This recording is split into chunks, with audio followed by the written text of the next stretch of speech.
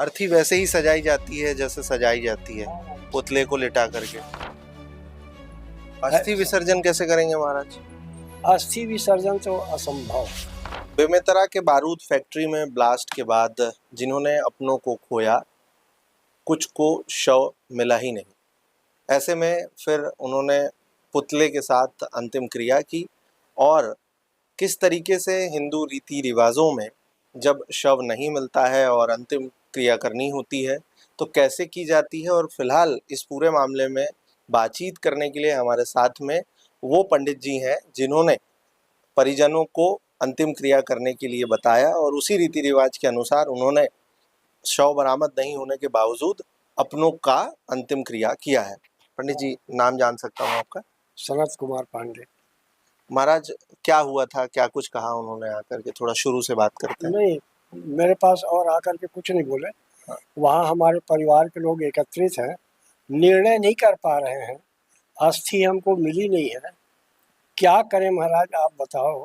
हिंदू रीति रिवाज के अनुसार हमको क्रियाकर्म करना है और हम अशुद्ध बैठे हैं।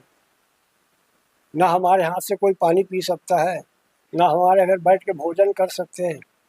तो हमको अब समाज में रहना है, तो सामाजिक जो रीति रिवाज है उसको तो हमें पूरा करना ही पड़ेगा। ये सोच करके वो लोग मुझे बुलाए थे। फिर आप अब उस पर आ जाते हैं कि आखिरकार क्या रीति रिवाज होती है ऐसे में। जो रीति रिवाज के बारे में तो आपको मैं पूरा विवरण बता दिया कि एक तरीका है कि उसका पुतला बना करके दाह संस्कार किया जा सकता है और चुंडन मुंडन हो सकता है और खिलाना पिलाना, खिला पिलाना।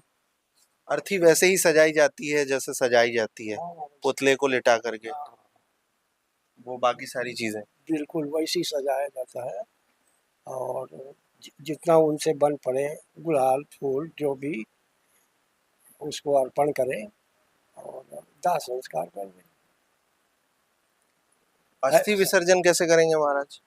अस्थि विसर्जन तो असंभव है। अब इलाहाबाद या राजीव कहीं भी अस्थि विसर्जन करना चाहें तो असंभव है। मैं उसका एक उपाय बताया था। दाह संस्कार करोगे, भभूत ठंडा हो जाएगा, वहां से एक पोरा में भभूत भर के ले आना और उसी को उसका अस्थि मान लेना।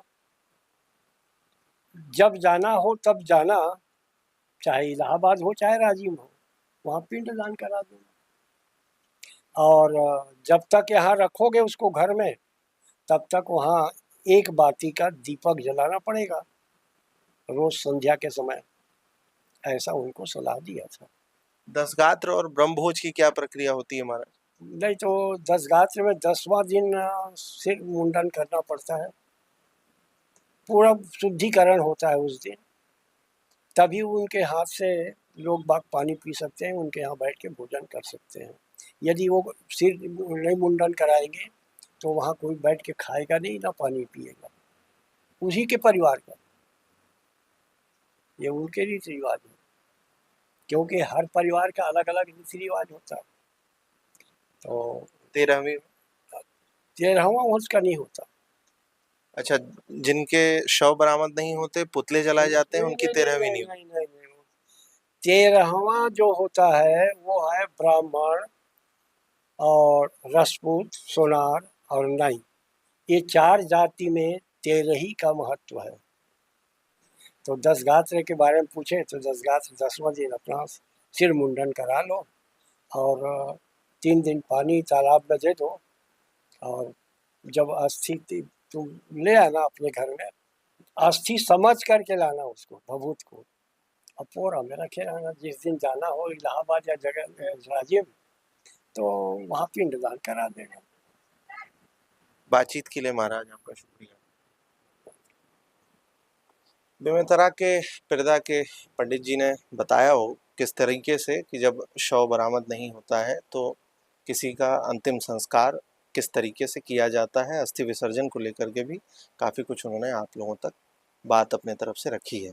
इसको लेकर के फ़िलहाल आप लोग क्या कहना चाहेंगे, उसके लिए कमेंट बॉक्स का उपयोग कर सकते हैं। ऐसी ही अलग अलग प्रकार की हर बातचीत आप लोगों तक पहुंचाते रहने का प्रयास है।